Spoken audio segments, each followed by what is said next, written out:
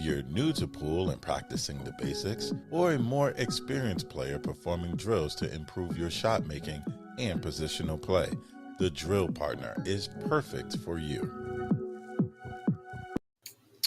My man, Mr. Pernozzo. Welcome back, buddy. What's up? What's going on? I'm surprised you're here, to be honest with you. Time of day again? Are they asleep, you think?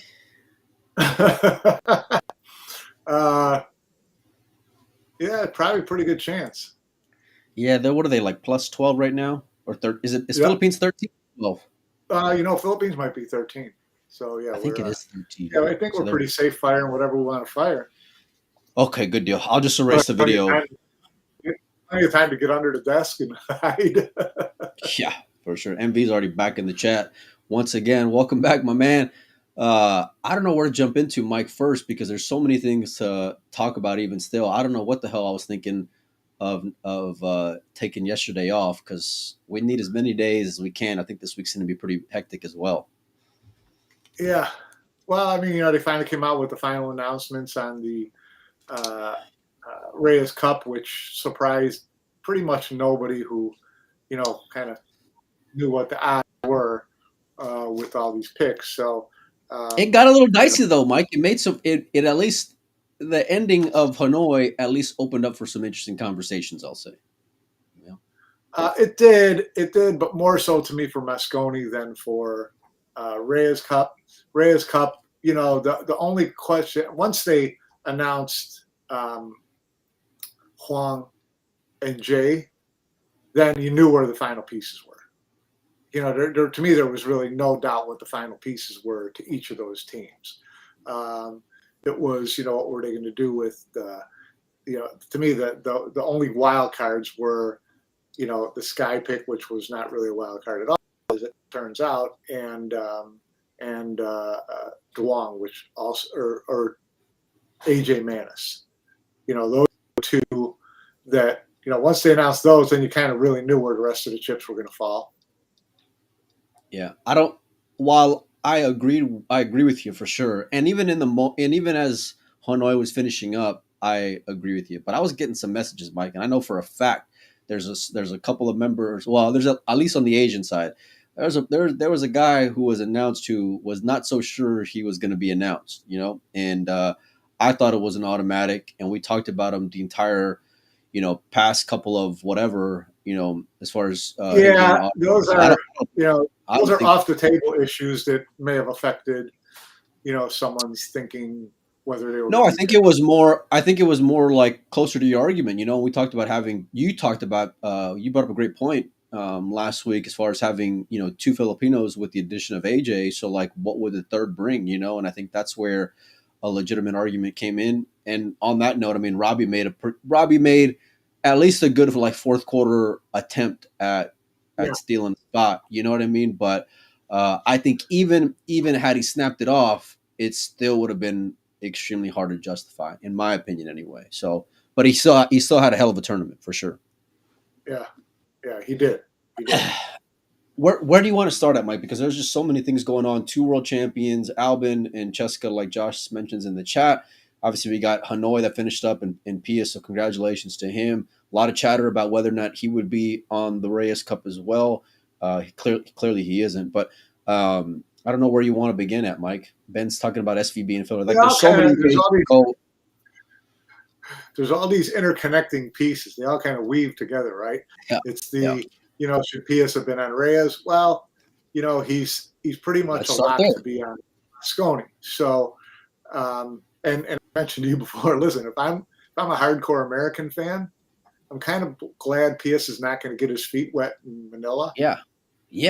I'd rather see it like Mickey did last year. I think that helped Mickey a lot. He ain't getting no free passes. No. Yeah.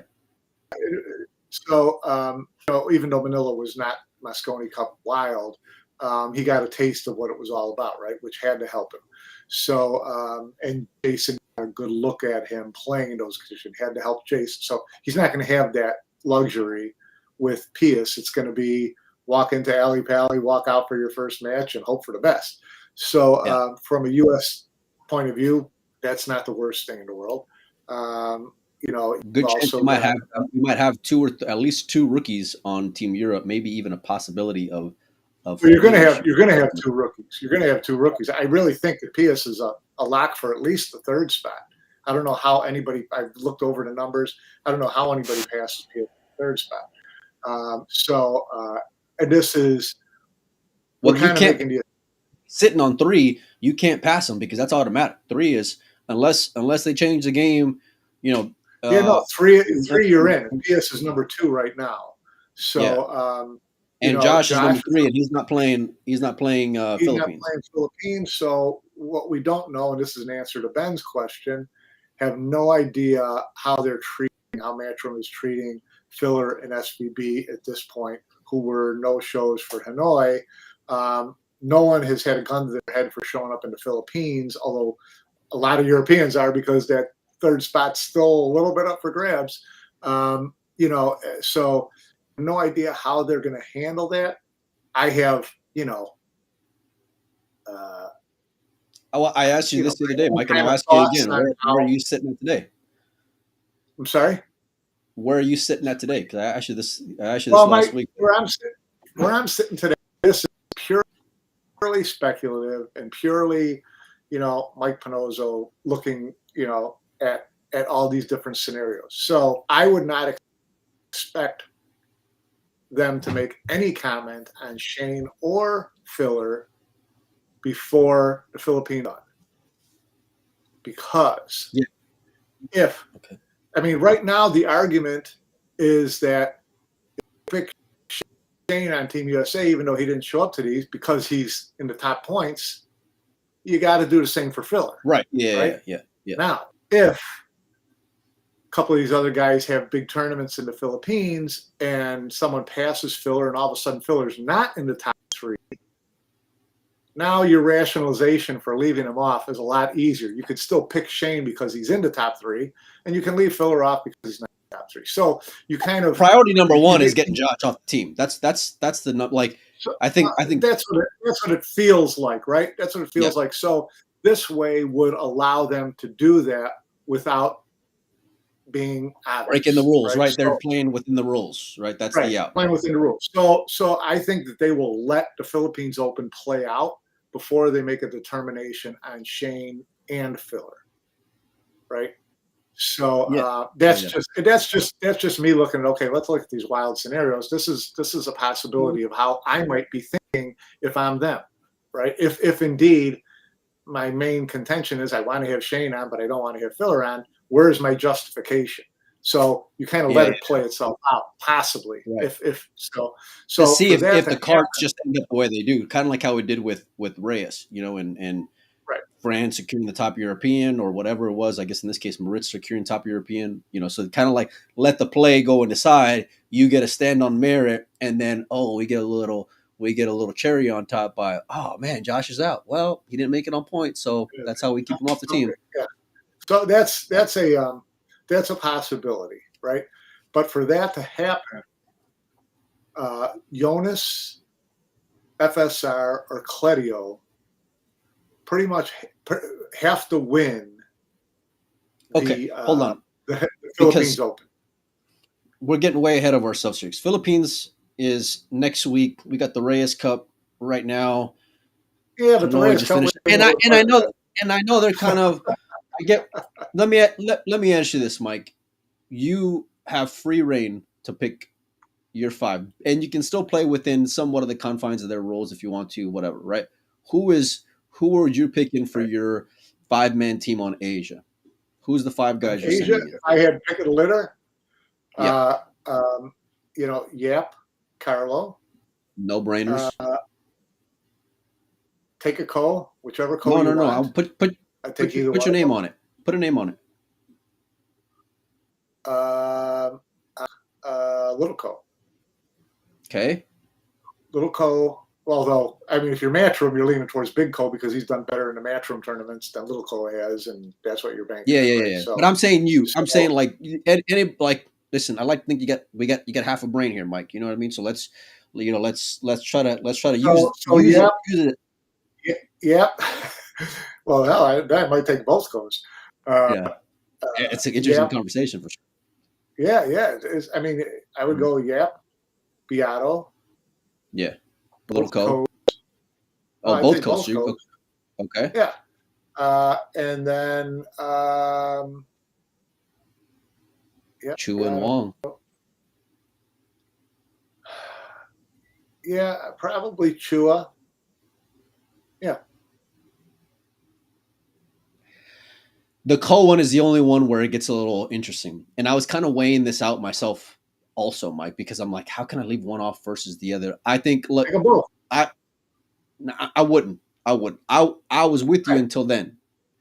Well, because I do understand and grasp the value of Huang in terms of viewership. I like genuinely do. Well, then, And but you didn't answer.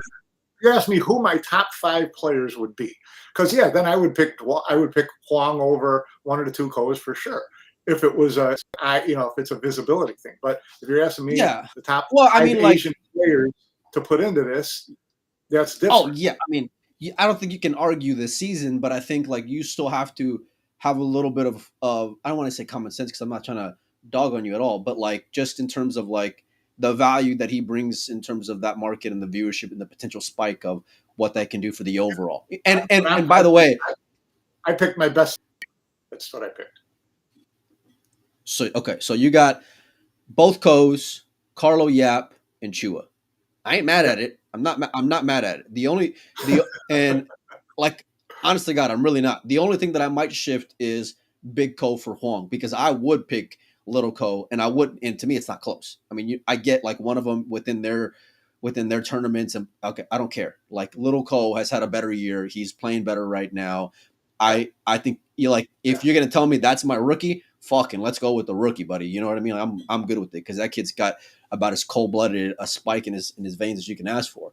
But like I said, I do see the value in picking Huang personally, and not to mention the fact that like we've talked about countless times on the show. I think in that arena he surprised me more than anybody because I thought he had rattle written all over him walking into Manila, Mike. And for me, he stood taller than everybody, except for that last day when Yap stole the MVP. Like I mentioned before, I thought Huang was the MVP. I thought he was super clutch and came with some big time cold blooded shots. And I mean like big positional shots along with pot and balls. You know what I mean? Like it was a great combination.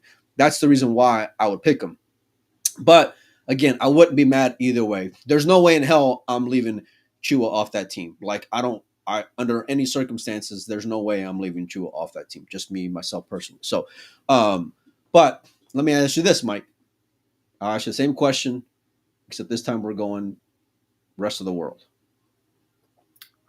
Rest of the world. Which by the way, it's a terrible name. Like I'm not. It's a terrible name. I don't know who thought of that, but it should have had a veto.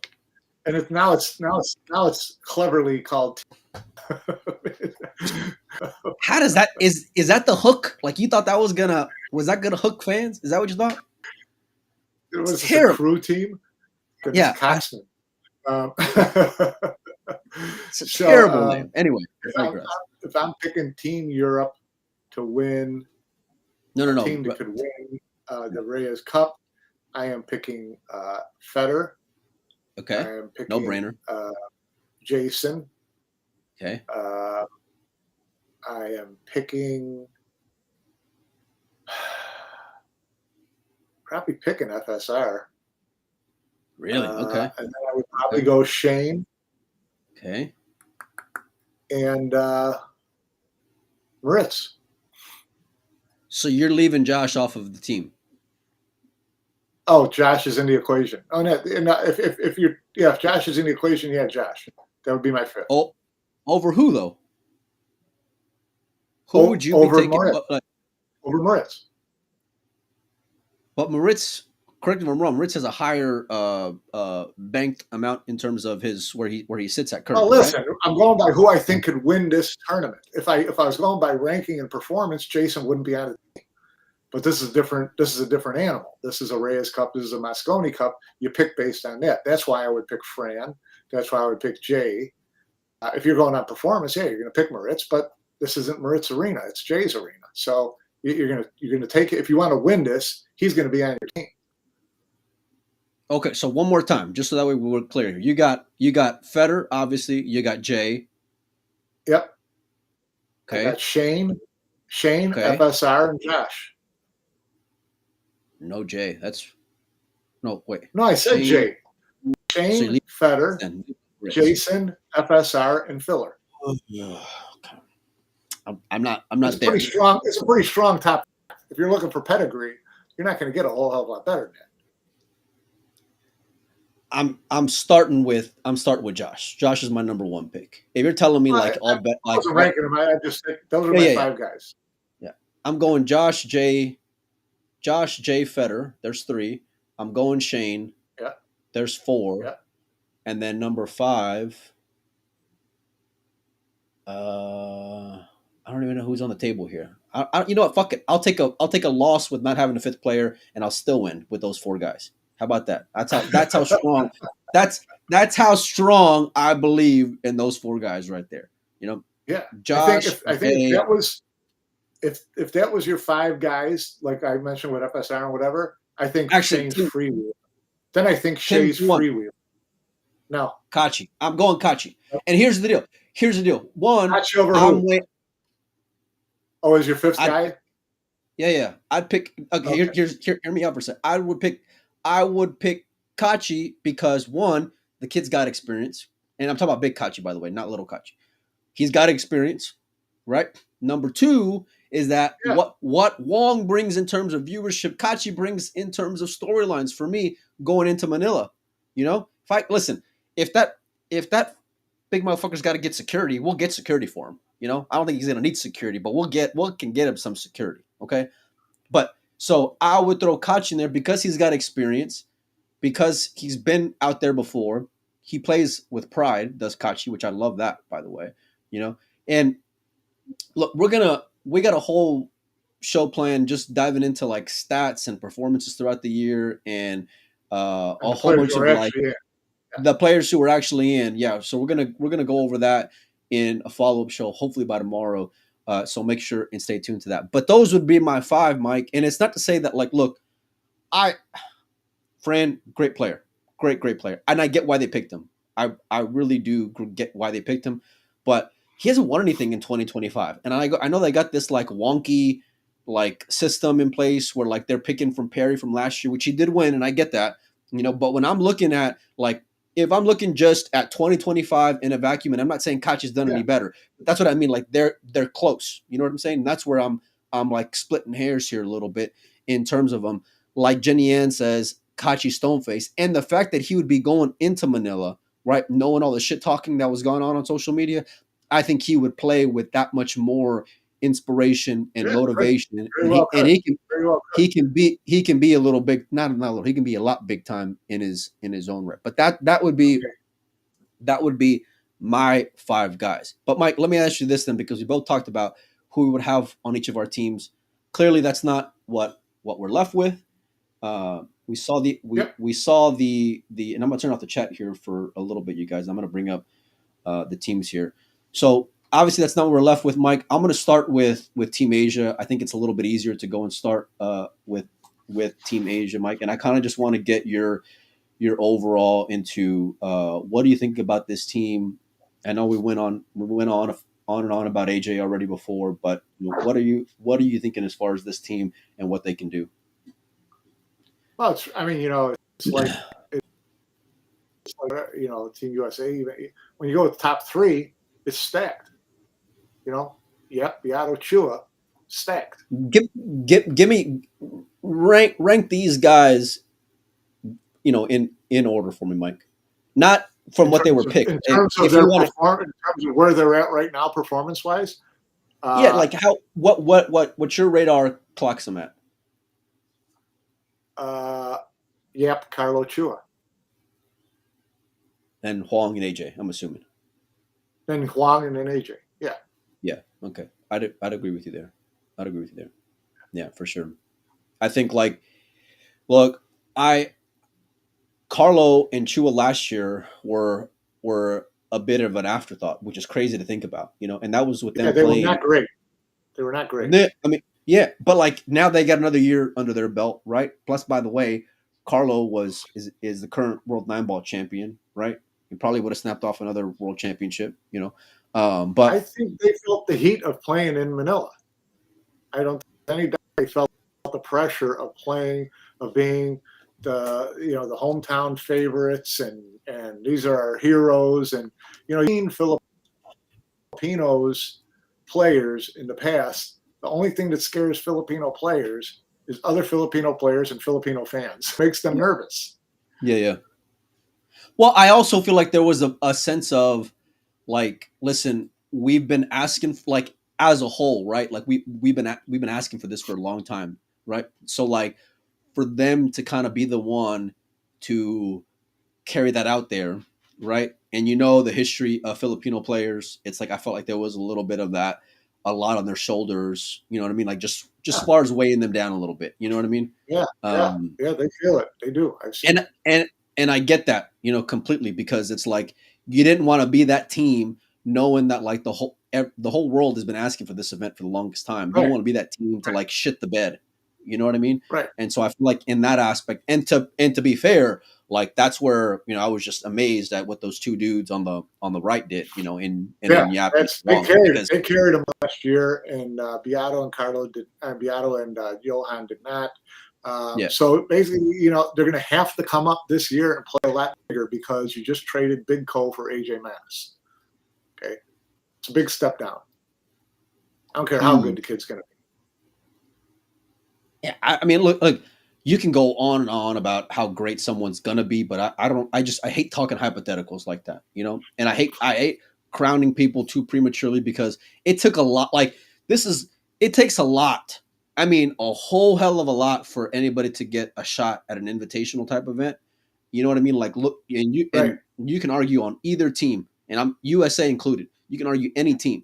It is super hard to get in there. Actually, USA is a lot easier to get in. Actually, now that I think about it, but like as far as the teams that I actually like on merit, it's so hard. So like it is. It's mind blowing to me. But we've gone on and on about that, and we'll go into stats here pretty soon as far as like performance throughout the year and all these things. You mentioned PLP. I didn't even think about PLP whenever we talked about the kid, but there was some like alarming single stage type numbers on there as well. Whenever we were, there's been a couple of those guys that have been, brought into PLP or Whirlpool Miss, something like that, because they're the flavor of the day, and they've played a lot of three cushion. So I think that now you get him in here and put him under this kind of pressure, playing, and if he does have the effect of putting asses into seats, it's more pressure. He damn well better. He better, Mike. He better deliver some people, and then he's going to have to deliver the goods. So. Like I said, you trade Cole for him, Big Cole for him, and Beato and Chua better step up their game this year. I fully expect them to. By the way, I do too. They'll be much more comfortable this year than last year. But I expect Team Row to put more heat on them than Team Europe did at the beginning of last year too. They got so far ahead of Team Europe. I mean, last year so quick that it was kind of a walk in the park. They're not going to get that this year. Hold on, because I'm not co-signing on that shit at all. So we're gonna get to that here in a minute. I ain't gonna let you off the hook on that comment at all. I'm not saying the team run over them, but it's not going to be 6-1 after a day and a half. No. But I mean, look, last year, Team Europe, you embarrassed yourselves. Let's just be honest with you. You did what you. They knew it. They knew it. What you found on USA. That's why we got our asses kicked in Florida, because they knew they embarrassed themselves. No, Mike, they were going to get their ass kicked in Florida no matter what. I hate to break your heart, buddy. Don't get me wrong. It was a plus having Mickey get his feet wet a little bit, but they were going to get their ass kicked no matter what. Was Team USA? It was a plus for Hachi to go in there and shit all over himself. Fair. It was a plus for Jay to go in there and see all that stuff happen. I mean, believe me, they were a lot better in Florida than Boston, like they did in Manila. A lot better. Enough to make it a couple games closer, and all of a sudden things get a little tighter. On the note of hypotheticals, Mike, let's say Team Asia loses here. How much of this is on Bustamante? I think he'll put a fair amount on himself. I think he's got a lot more interest in this than Efren did last year. Chua's not going to be running. Chua's not going to be running the orders and doing all that work that he did last year. So I think Boosty is going to take it pretty personally. He's going to take it pretty seriously. I mean, you better. You better. I mean, this is like a different animal, you know, and these type of events are a different animal. I always look. I'll always lean on like how you fared out there, and that's the reason why I say like I give Jay a pass for so long, even though he doesn't have like the tournament record. It's because of his performance over the years. And as we dive into stats, there were some alarming numbers in terms of Jason as far as like how much of a monster that dude really fucking is out there on that stage. Like it was shocking to me just how much he steps up. Like not, I mean, obviously you see it every year, but like when you see it in terms of like consistency on paper of wins, it was a whole different level for me, Mike. Look, I think there's going to be a lot of pressure on Bustamante to go and perform. I'm not so sure like he can do what like Double J is good as far as like he'll take the heat. You know, he'll say put all the pressure on me. You know, because it's my job as a coach. Blah blah. So I don't know what I'm going to get in terms of that with Django, only because I haven't seen it before, right? So like I don't know, and that's the only reason why I'm having the conversation about it. But I feel like this pick with AJ, if you're going to go and play that game that it was on me. I'm the one who made that pick. Listen, if they fall short, it is 100% on his shoulders because the leadership part was not broken with Chua last year. It was perfectly fine and successful. Go ahead. Yeah, I think there's some. Well, I won't go there, but so no, go there, please. I like whenever you go there, Mike. I wonder with all the whole, Waxgate stuff and things like that. They talked about a fractured Team Asia, and I don't think we're going to see that. You saw a picture with AJ Manis with Yap, who was kind of vocal back then and caught the wrath of the Filipino. I don't think that it would be as easy this year for Chua to start grabbing guys by the ears and telling them what direction to walk in. I think it might the dynamic. I don't think it's like fractured, broken. I just think it might be a little bit different. So I think it's good that they're going to have a little more upfront captain this year. By the same token, I want to ask you, what do you think? How do you think European guys, particularly guys with pedigree like Jason and FSR, and then Moritz, take to Jeremy, just giving them instructions? Hold on, since we're on that topic, let me go ahead and just transition over here.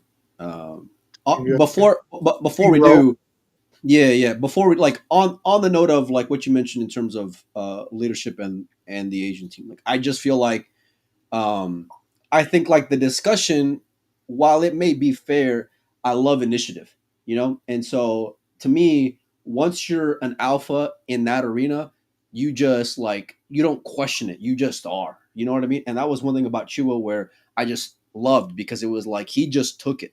You know what I mean? Like he took the reins and the leadership whenever, like if you were to look at a hierarchy or a pecking order, he wouldn't have been that number one guy, So for him to kind of just take it on, it's like that's just either you got it or you don't. And there's plenty of guys who strategically he had it last year and they bought in. He was the guy driving the bus, no doubt about it. He did not lead by example. Oh yeah, well I mean, look, the records are what they are whenever you're out there. You know what I mean? But like as far as just being in having merit to be in that position is one thing, and then once you're in that position, then to be able to like embrace the leadership whenever you're a young buck, like that to me is something to be admired.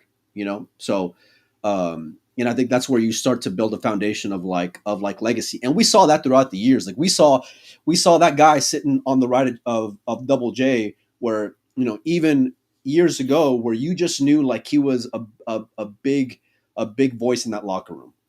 Even though he may not have been like the quote unquote captain, you knew where he stood as far as getting people's respect no matter what. And that was in years in which Josh was having a better statistical season in terms of accomplishments and all these things. You know what I mean? So like people knew in that arena that you give that fucking dude some respect in terms of Jason Shaw. But to your question about the leadership and Double J, but ask me one more time, Mike, so I can. I'm So I understand it.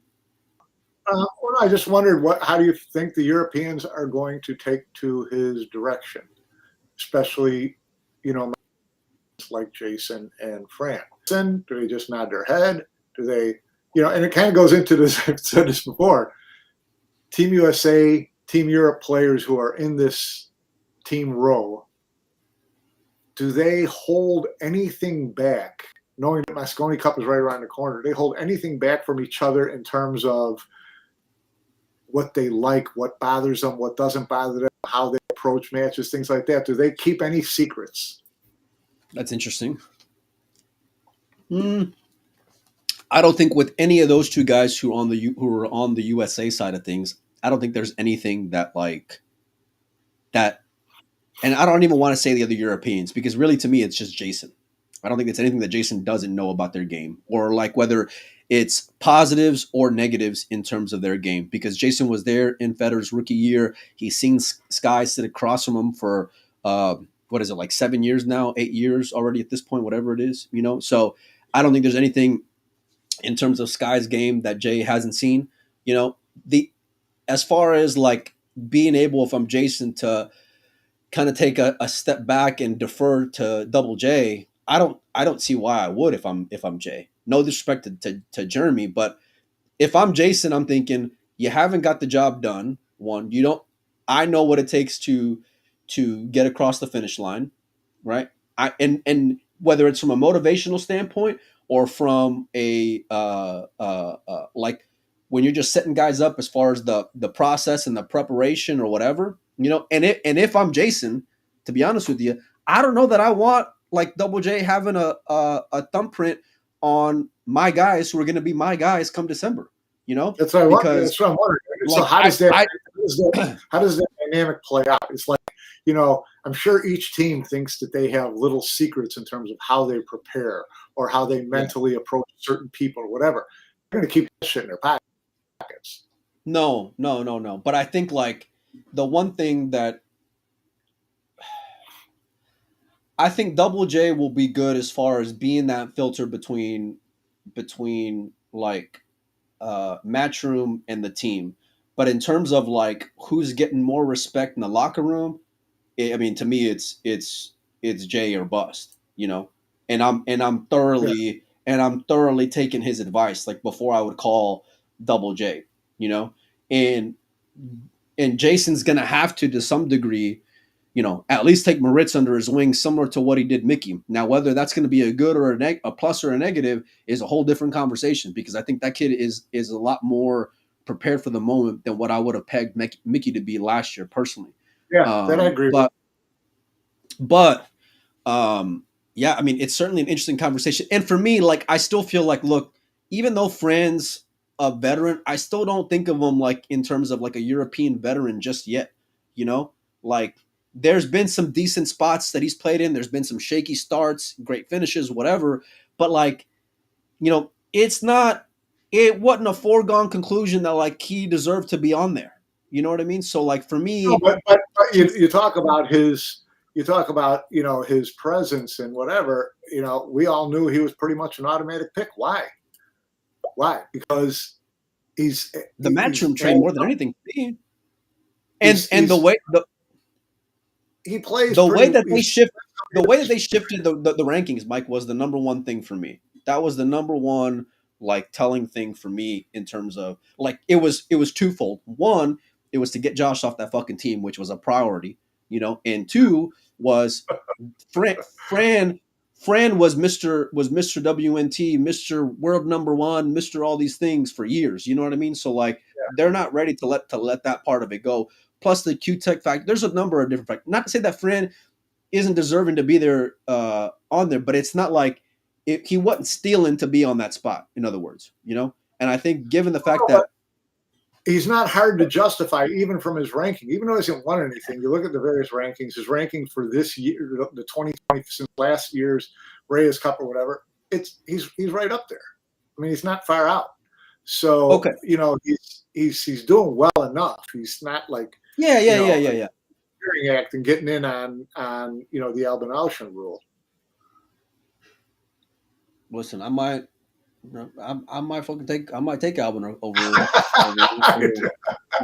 over a couple of these I guys if I'm being real with you. there for you. Don't be bringing up my guy Albin, because Albin's putting some more respect back on his name with that with another world championship under his belt. But let me ask you, and here's where the argument comes from, Mike, and this is where the conversation gets interesting to me, because if I look at Asia, right, there's no brainers on Asia for me. The no brainers for Asia, Yap, Chua, Carlo are no brainers for me. Correct. So, but like when I look at these guys right here, the no brainers for me are Federer and Jay, and that's it. Like everybody else is up for discussion. Now, kudos to Moritz for earning his spot, especially considering the timing of it. When I don't think he would have been on this team come 3 weeks ago. But like everyone else, listen, your asses weren't safe. At all. And the fact that you can even have a discussion just shows it, because listen, you're never gonna with Federer, you're never gonna argue him not being on that team. With Jason and what you've seen over the years, you're never gonna argue him not being on that team. Maybe I take that back. Maybe you can, just because his tournament season isn't as great as others, but you can argue what he does out there year in and year out. He's king of the race tonight. Yeah. But like. And here's where I'll position this to you in terms of Fran. Would you have taken Pius over Fran, given the finish and given where they ended up in rankings and all that stuff? No, because you've got Moritz and Sky. So I think you had to come with more experience and a higher ranked player. More experience. Are you saying Fran's got more experience than Sky? Is that what you're saying? He's got more positive experience, yeah. Fran's been on winners. Okay. Well, so is Sky. I know it was 6-7 years ago, but he's.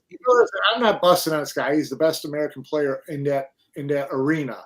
But the last couple of years,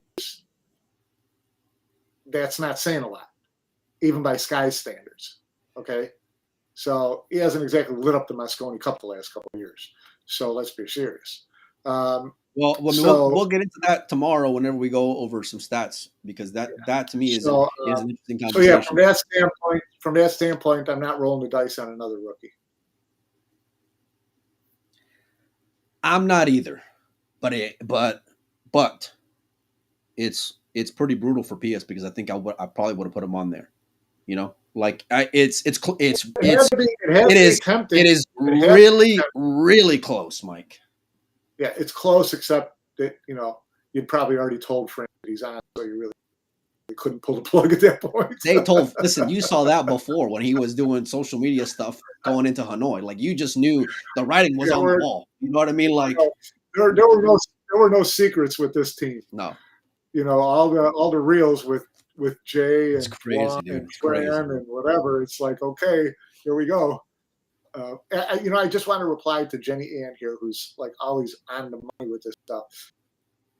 But we're talking about the Reyes Cup and Mosconi Cup, Jenny Ann, and the rankings for that are different than the ones you're looking at, which are like the 2-year type things. Number 1 on Mosconi Cup ranking points for Europe this year. PS is number 2. Fran is number 5. So, like I said, not a big reach going to Fran if you're looking on the points that determine automatic spots, right? So that's what I'm thinking of. I've said this before, Mike, but I feel like when it comes to Matchroom and some of their decisions, especially as of late, it's like I feel like there's this really big like conflict in terms of who they want to be. Whether they just want the drama and the story, or whether you want sport and the best players. Like, and I feel like the way that they kind of middle things just really does a disservice to what the potential of the event can be. And that's part of where, like, if you're telling me, go ahead. Good.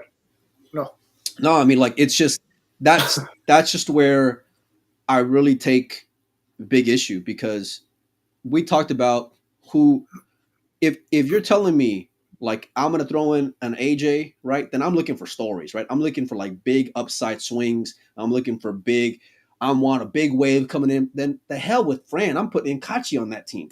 But then but then the writing on the wall is, well, he isn't the same year as Fran. Okay, but like it's close, right?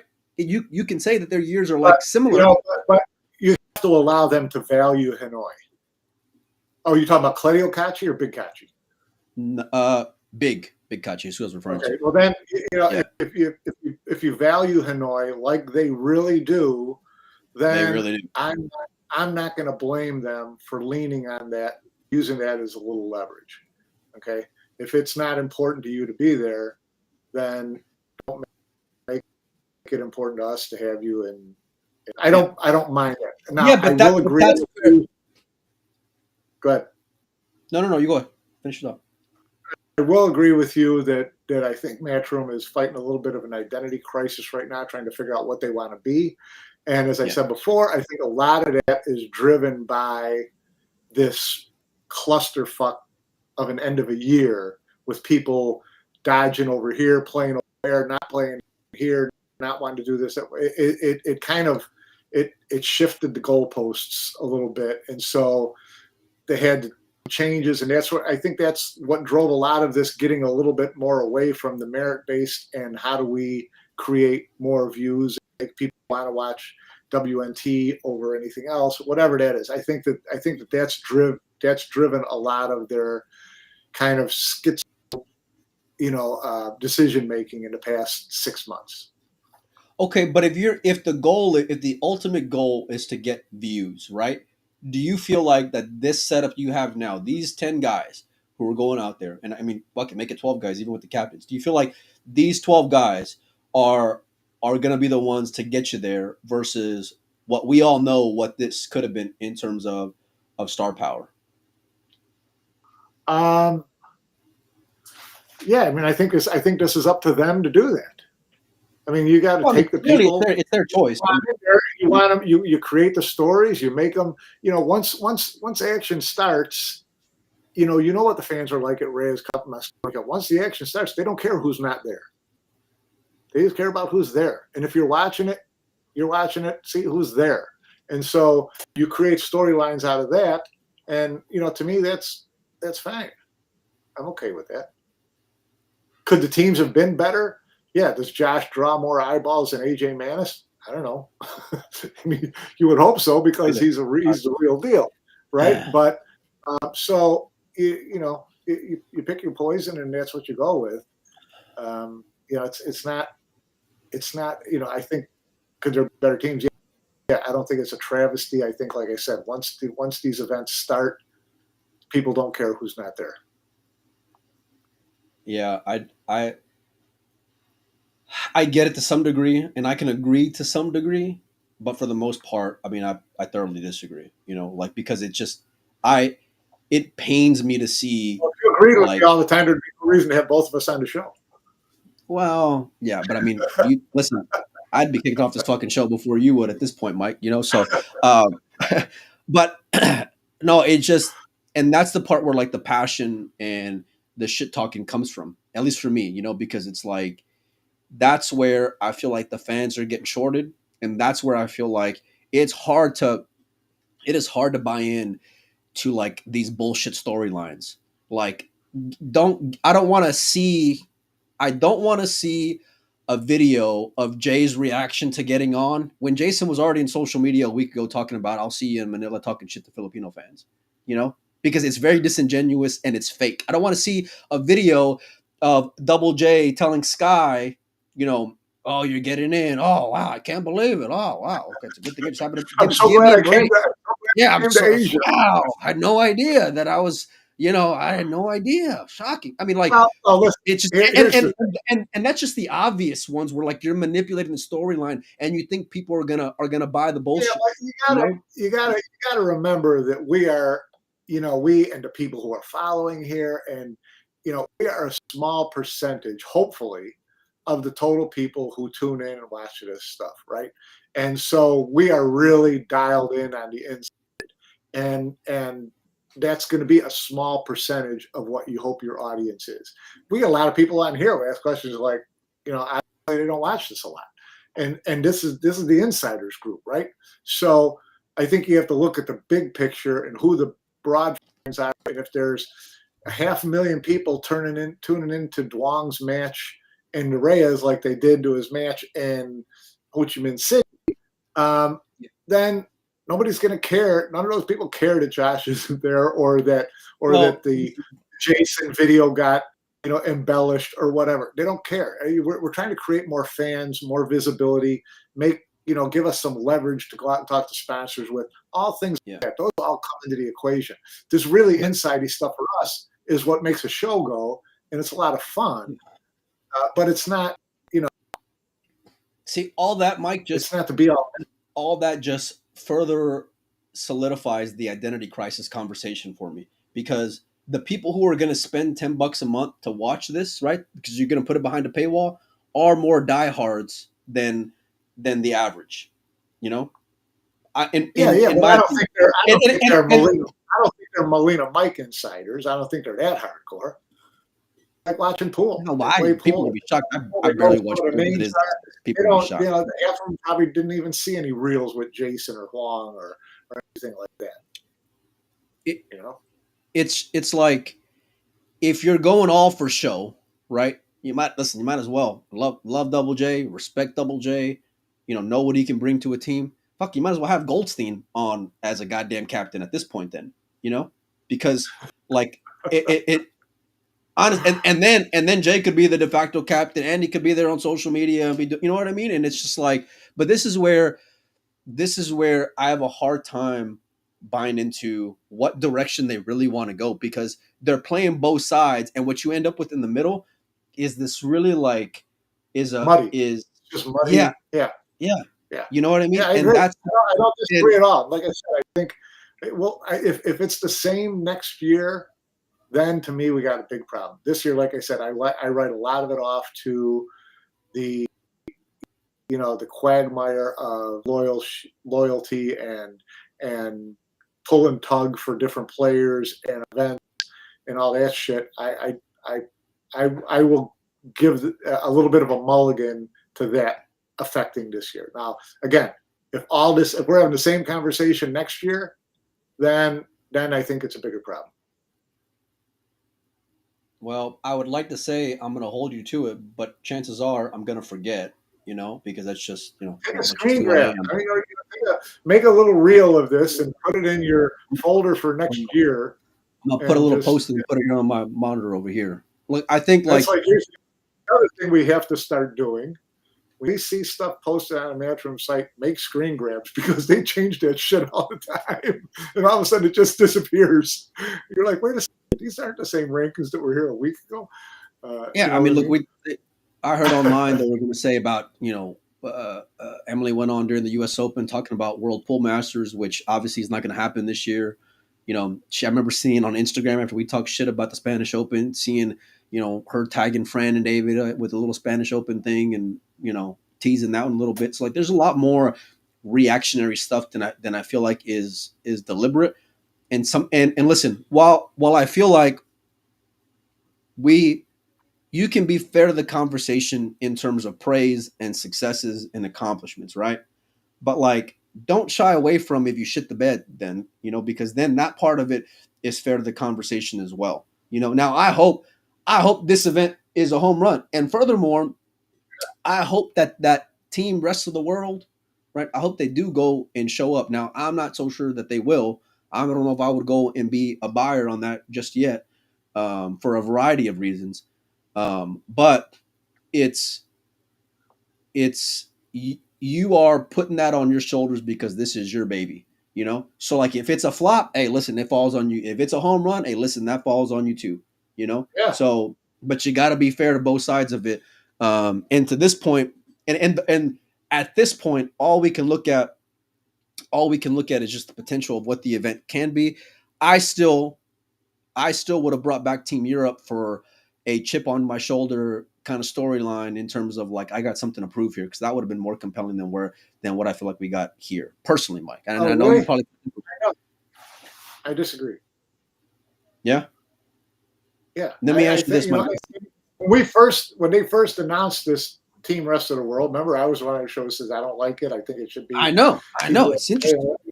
But then well, you're the one who talked me out of it. I mean, it was this whole, here's Asia's obviously the best. Team USA is, that's not probably a good scenario for you, and you just can't keep having Team Europe go over there to try to even to score. Okay, you just, if you're trying to create something that you can do every year, that Asia against the rest of the world really is pretty compelling. I'm not saying every year, but I wouldn't have pulled the trigger just yet. That's all I'm saying. I'm not. I agree with you there. 2 years with the same teams. That what?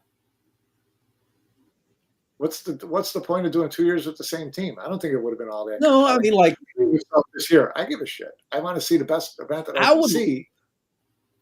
Here's why: is because, like, just for how big chested the Europeans got for so long, it was good to see them get a little bit of humble pie. Yeah. And now I like they don't have a chance to respond. I like that. You're just gonna have to live with the fact that you went out there and changed the rules. You're just a fucking American homer, Mike. That's what it is. You're just an American homer all the time. That's where like the root of the argument always comes from. You had 20 years of the Europeans pumping their chest at us. Now we get to say, hey, you were done in that Reyes Cup thing. We had to come in and help bail your ass. Well, look, let me tell you something. That right there still looks pretty fucking European to me, Mike. Okay, if I'm looking at those guys right there, it still looks pretty European. If you're looking at passports, it's very European. Yeah. Okay. Yeah, we're checking. Yeah, that's where we're going at these days. Now, look, where do you give me a score line here, Mike, of what you think how this event will shift up and why? Team row 8s. Team row what? They get to 8. So 11-8? Yeah. What was that would be my line. What was the scoreline last year? 3? 4? Maybe the chat can let us know because we should probably. It was like 5, I think, or something. Yeah, but if it was a lot of like. They won a couple on the last day because they had Jason. Yeah, I was gonna say it was like when you're playing with you're basically just patent stats at that point because they were already way out of it by then. What do they call it? Like garbage time points or whatever it is. Yeah, exactly. But look, Ben says 11-6. Ben, it probably isn't good for you to give a prediction, my man. It was 11-6. 11-6. Yeah, see, it felt like 11-3 because it was way out of line for a long time. It was like 11-3 going into the last day, whatever. Maybe that's what it was, yeah. Or like whatever, 8 or 9 or 8 or 9-3 or something like that. They pulled the plug. Yeah. So like, and here's the deal. For you better go and step up if you're these guys. Like, there's a lot of argument. Huh? Do they? Because listen, I think a lot of guys go and collect checks, Mike.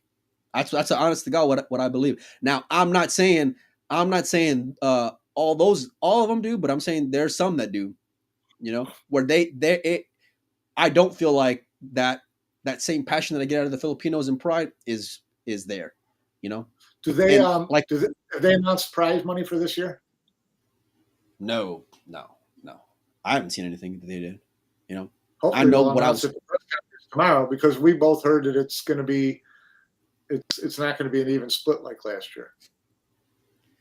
Yeah. I hope it's not. I really hope it's not. Give them something to play for, right. Because all those guys like money, right? So give them something to play for, make it different, and make them go and earn it. More importantly, and at the end of the day, like, look, I hope 11-8 is great because that means it was 10-8, and if you're telling me it's 10-8 at some point, fucking let's go, man. Let's go. Because then that means that last day is going to be full of pressure and intensity and it's going to be packed in there as well, which is what I hope that event is. There's a lot of question marks there though. There's a lot because if would you set the line at 8 or would you set it lower? You're setting the line. What would you set it at? Boy. So they're going to 11, right? Let me think. Yep. Going to 11. Last year was 6. Yeah, I guess 3. I'll probably set 3, maybe 3.5. You know, um, yeah, I guess 3.5. Probably 3.5 is what I would Okay. say. So, um, but and listen, you're gonna So have to. if they eat, I win Yeah. because you're taking. So if they eat, I win. Okay, I'm in. Did you just back me into a bet here? Is that what we did? Are we firing some? See how much I've learned from you in the past year being Yeah, on this show. you're moving fucking good these days, buddy. You're moving. Milo says 11-5. Let us know in the chat what you guys think the scoreline is going to be for this year, given the current landscape of the teams. Look, I think that like there is a lot a lot of a lot of question marks on that side of it, and I hope that these guys do go and step up. I hope that I don't want to see Jay check out like he did last year. I don't want to see guys on their phone like there was last year, quite a bit, and just indifferent and whatever. I hope that they're Yeah, inspired and motivated. I think mentally some of these guys have some weaknesses where like if they do get from behind, you're going to see like that part of it get exposed a little bit, you know? And so and the Asian team are just full of killers and closers and they've earned it and all these things, you know. What is that? I'm assuming that's Maritz's mom in the chat, Mike. um, I don't know, but her but English was excellent. yeah, better than me. She makes a really good point. And listen, we don't disagree with that. I mean, I think that we've all kind of agreed if they want if you want to be in these, you should be at these events. But Hanoi Open was really the only one that was kind of a must do type of thing, and people did make their decisions, and they have to live with those. Yeah, yeah. I look. I know there was a lot of. I, I know there's a lot of guys who weren't there at other majors this year. Is what I'm saying. And so I get putting a value and a premium on Hanoi, like I mentioned before, but not for the sake of a watered down product, because I just don't feel like the sport in and of itself can afford that. Now it's one thing if you have a stable full of superstars, right, and guys who can show up and play the crowd and play the heel or play the hero or whatever, then who cares? It's and furthermore, if you publicly set that precedent, right? But like there's exceptions that are made on a regular, and there's looking the other way on a regular. So that's the part where it becomes a little harder to digest. But like I said, from the beginning, from what the event could be versus the 10 guys that we're getting going into it, it's not. It's we could have done a little better. Is what I'm saying. But I hope from a scoreline standpoint, those guys are going to be up for the challenge. I don't know how much they'll be able to gel over the next coming days. And I've seen them online playing pool together and all these things. So that's great because they didn't have that time last year. For sure. Pretty fast turn. It's a pretty fast turn, that's for sure. Yeah, 2 days. What is it to go and like get gelled along with jet lag and all these things? Or not jet lag, but like basically not sleeping that first Travel. night. I mean, travel takes it out of you. I don't care whether you're from Chicago to Vegas. It takes something out of you. And that 2 hours kicks my ass, Mike. And I'm not even your age. It kicks my ass, buddy. So you could have made that point without bringing my age into it completely. I'm sorry, man. It was just low hanging fruit. You know what I mean? I had to, So travel, you get tired. Leave it at that, bro. My bad. I didn't mean to throw some shade on you. That's my bad. I should have done a little better. No, look, I think I'll be staying up to sweat it. The last like 3 weeks have kicked my ass just like staying up sporadically to check out score lines and whatever else. Like yesterday I was fucking wrecked, Mike. I mean, just absolutely wrecked. Mike, we're an hour in and we haven't even talked about any world championships yet. And I don't know what you want to do or how you want to do it.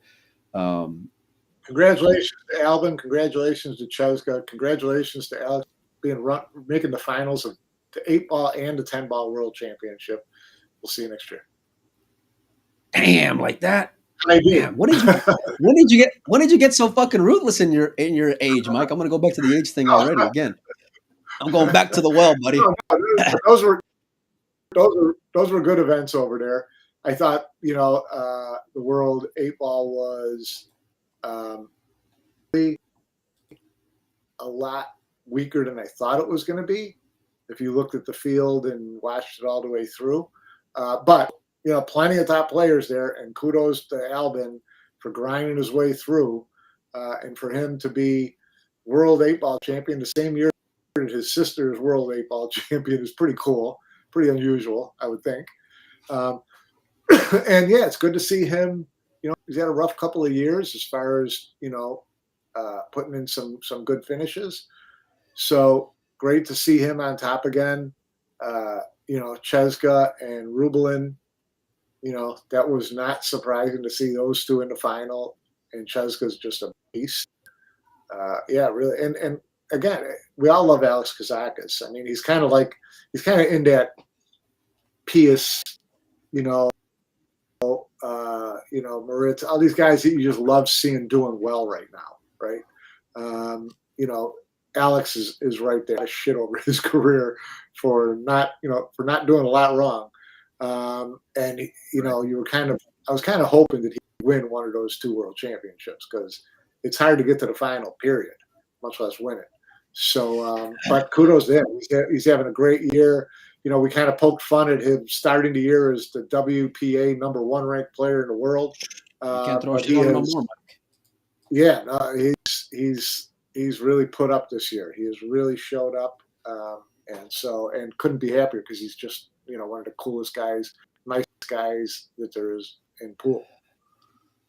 Look, on the note of Albin, first of all, he's probably the most consistent player over the last 10 years. And I know, and to your point, he has fallen off by his standards, but it's because his standard was just so freaking high, and it is in the 8-ball, it wasn't as deep as we would hope, right? Or what we would, envision. But right. I messaged him before the semis, and he put on an 8-pack playing 8-ball in his, I think it was his quarterfinal matchup. He was down, I want to say 4-0 in his semifinal matchup as well. So he showed some moxie in his own right, and you would expect nothing less, just given his decorated career, and he's a proven winner through and through, consummate professional, not afraid to be a little passionate. I love watching the dude play. He's also got some creativity. He plays the right shot more often than not, and to the point of Kazakis. Look, Mike, I mention all the time how much that dude has showed dog on big stages over the years, but you can't go and hate on him given that performance. I mean, in 2 months. And by the way, the World Championship in last month was a pretty stacked field. Now, I know the 8-ball wasn't the premier thing. Yeah, the World 10-ball, there weren't too many people missing from that. Just the people who kind of got left out from the WPA Yeah, but it wasn't. Yeah, it was premier. As far as it was. Yeah, so kudos to him on back-to-back runner-up performances. Usually that's not, usually we focus on champions and all these things, but that's a hell of an accomplishment for that dude. Young family as well. You know what I mean? So that's not easy whenever you have a new growing family, but to have that kind of success and consistency, especially given how deep the field is, how deep the season is just a credit to who he is. And he's just stepping up. We did dog on WPA rankings, but, listen, you got to say the guy's earned his spot there at this point, so, and then some. And then the Cheska and Rubelin one, man, dude, let me tell you, I love watching both of them play, Mike. When it comes to women's pool, I can watch those two play all day, every day, They show both just such grit and passion and execution. And listen, you could have made an argument on either side of that coin. And if they were to play tomorrow, I wouldn't mind picking Rubelin. And if they were to play the next day, I wouldn't mind picking Cheska. You know what I mean? Because it's that close, Yeah. We always talk about the pride that the Philippines take. Massive congratulations to those two for representing for their country. And for them just showing out in that finals. And it was a hell of a final as well, so really, I did get to catch the tail end of that tournament, Mike, and it did not disappoint. I mean, from a play standpoint, it didn't disappoint, so massive congratulations to both of them. I reached out to everybody, whether it's Cheska or Albin or Kazakis. We'll see if we can get them on the show over the next few days. I'd love to talk with them and just kind of see where they're at and catch up with them. And then, oh, by the way, Mike, Labubu wins in Hanoi. We didn't even talk about that. You know, give me your take on PS, Mike, winning in Hanoi. And he's another guy that you're just happy as a clam for. I mean, here's a guy who's, has not come up through, a federation like the German Federation or all these, really deep, deep in talent and deep in money federations. He had to leave Lithuania and go chase around competition to keep in stroke and to get better.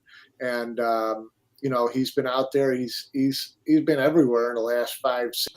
And we saw him have flashes this year, far and away his most consistent year. I mean, he was right up there to come from 30th place to all of a sudden to win a tournament. He's been up near the top all year, and to see him win was really semifinal match was huge because that was his big bugaboo, right? He'd been to 3 or 4 of them in the past year and a half. That was against Harry, right? Is it against Harry? Yes. In the semifinals? Okay. And so, he's, it was great watching him do well. It was great seeing him get that monkey off his back. Super, super nice kid, really smart. And, happy to see him win that. And, like we said before, all we talked about was how the Hanoi Open was going to be Asian dominated, and there were 2 Europeans playing in the Who final. called that, by the way? Go ahead, Mike. You can take your bow. You called it. I mean, I thought it was obvious, but it was great. You can't help but root for the kid, and he's always got such good energy. If you ever run into him, he's always got a smile on his face, and you wouldn't know if he's still fighting through, in the final 8, or if he, just got knocked out in final 64. Like, he's going to have the same disposition, every time I run into him, and the comparison to Kazakis is a good one in the sense of like just being easy to root for, because he is such a good kid. Yeah. For me, there was 2 things that I took away from that one, and one was the quarters, because beating Carlo Hill in Hanoi, no less. That was the one to me where I was like, oh man, because it does not get any bigger than that, Mike. The stage, the opponent, right? Like, that was the equivalent of winning, the major for me, Mike. And then, but we talk about the letdown thereafter all the time on this show. And for him to follow that up was absolutely remarkable. And for that matter, Moritz making it to back-to-back finals as well. That was a hell of an accomplishment in his own right, But the finals for me was the other one. Yeah, because the finals for me was just Pius was playing like bully pool, and I know there was spots in that match, especially towards the end, where Moritz was clawing back to make it a match. But for the most part, it was just the Pius show, like he was just playing so strong. And it's one thing when you're playing those matches and you see players where like they're having to claw their way through, it's one thing. But when you go and bully somebody in a final like that, especially a guy who was having momentum that Moritz was having, and then I think about the Carlo thing, then I think about the semifinal. It's like all those things come together. Could not be more happier for that young man. That was pretty strong. I'm glad that he earned his spot in the Mosconi Cup. As a competitive side of it, I hope that seeing a couple rookies on there is going to make it for a much more interesting conversation for sure. We talked about that a little bit before. I mean, you've got a really good chance if Josh is indeed the table, then you got a really, really good chance of Moritz, Pius, and Cledio getting to 3 automatic spots on Team Europe. How wild would that be? Shifts the line dramatically having rookies, but the other side is they're rookies who are in form then. So it's like, be careful what you wish for. You know what I mean? So it's like pull out of the hat. playing three of the best players in the world right now. So yeah, you got to like their chances. It's still going to be a little knee knocking for them at the beginning. You know, it's still going to be an arena that they've never had before. They've never been in before. So you know, it'll have an impact. But yeah, three amazingly strong players, and if you got three rookies like that in there, you know, Fran's looking pretty good again for a pick. For sure, he's looking good. Everything's working out well if you're Fran. The next couple of days are going to be real interesting for a lot of these guys, and hopefully a lot of them can kind of like turn off the social media for a little bit and just get out there and go fucking play. You know, especially these guys that can play in Manila, because you're going to see arguments made one side or the other for a certain section of this group. But at the end of the day, look, I hope we get some really stellar pool, Mike, you know, between all these guys. And the way that we were kind of like. The great thing is this isn't like a one-man or two-man race. I mean, this is, you know, I mean, they all pretty much have to win, but Little Kachi, FSR, Jonas, you know, Pius, they're all in Manila for the Philippines Open. They're all playing for the spot.